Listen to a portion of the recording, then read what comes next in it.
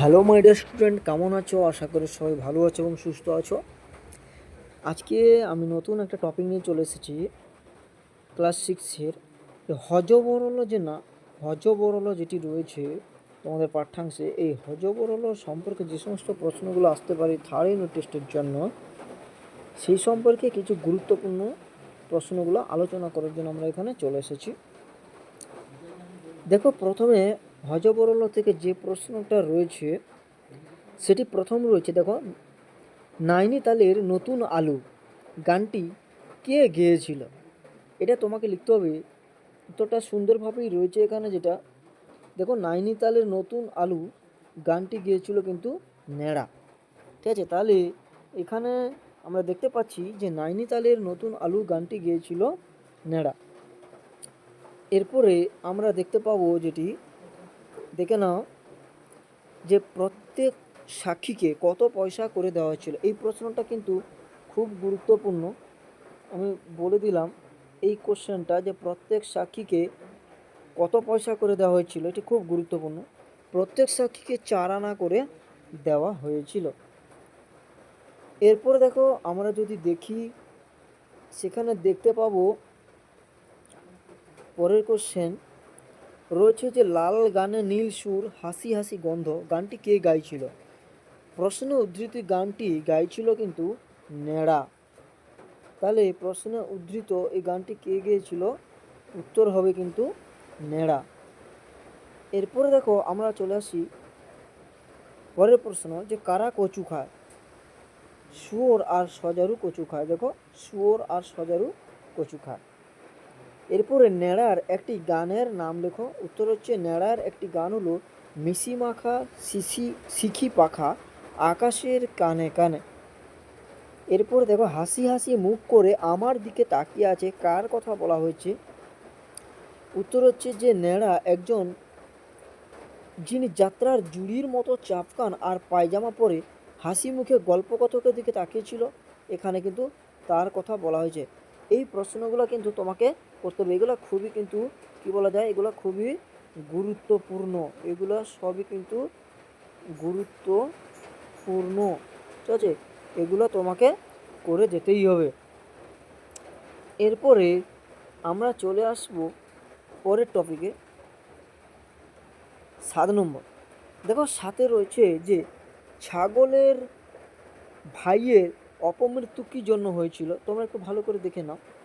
রয়েছে যে হযবরল গল্পে উল্লিখিত ব্যাকরণ সিং নামক ছাগলটির ভাই একবার একটা আস্ত বার সব খেয়ে ফেলেছিল, তাই তার অপমৃত্যু ঘটেছিল।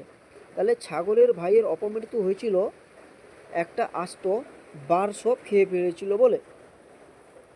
এরপরে রয়েছে দেখো, ন্যাড়া মজারু শব্দকে কোন কোন শব্দের সঙ্গে মিলিয়ে নিয়েছিল?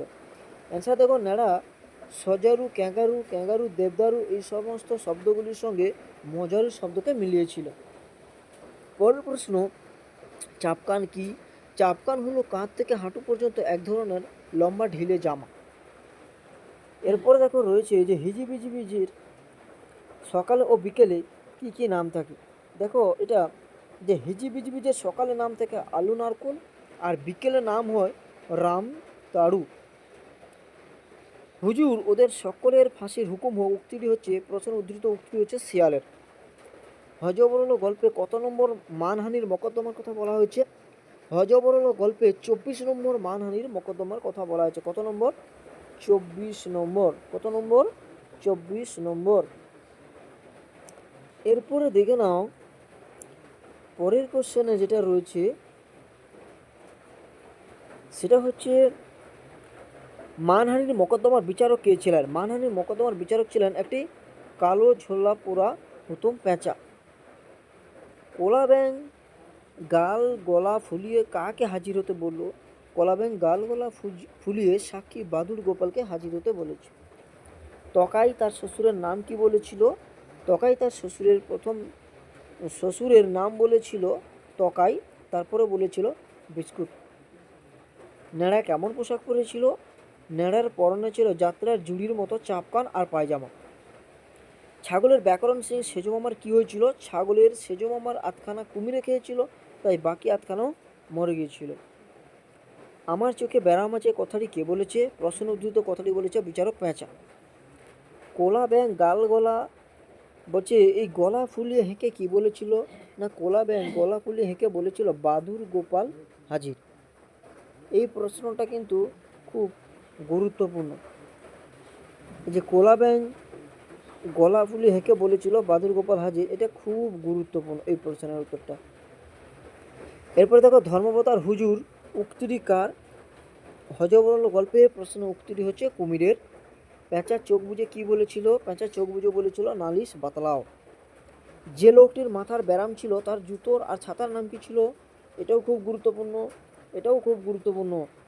তার জুতোর নাম ছিল অবিমিশ্রকারিতা এবং লোকটির ছাতার নাম ছিল প্রত্যুৎপন্নমতিত্ব। তাহলে জুতোর নাম ছিল অবিমিশ্রকারিতা, ছাতার নাম ছিল প্রত্যুৎপন্নমতিত্ব। 20 দেখো মকদ্দমায় কাকে আসামি হিসেবে দাঁড় করানো হয়েছিল? মকদ্দমায় আসামি হিসেবে নেড়াকে দাঁড় করানো হয়েছিল। নেড়াকে, ঠিক আছে, নেড়াকে কিন্তু দাঁড় করানো হয়েছিল। কাকে? নেড়াকে। এরপরে দেখো যে মকদ্দমায় কাকে মকদ্দমায় কাকে আসামি হিসেবে দাঁড় করানো হয়েছিল? এটা আমরা জানলাম, নেড়াকে। এরপরে শ্রী ব্যাকরণ সিংয়ের ছোট ভাই কি খেয়ে ফেলেছিল? শ্রী ব্যাকরণ সিংয়ের ছোট ভাই একবার একটা আস্ত বারশোক খেয়ে ফেলেছিল।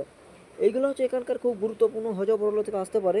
তোমাদের রিকোয়েস্ট করবো এই হযবরল থেকে, যে গল্প থেকে এই সমস্ত প্রশ্নের উত্তরগুলো করে নেওয়ার জন্য। আর এখান থেকেই কিন্তু তোমরা, আমি বলে দিলাম, খুবই কমন আসার সম্ভাবনা রয়েছে।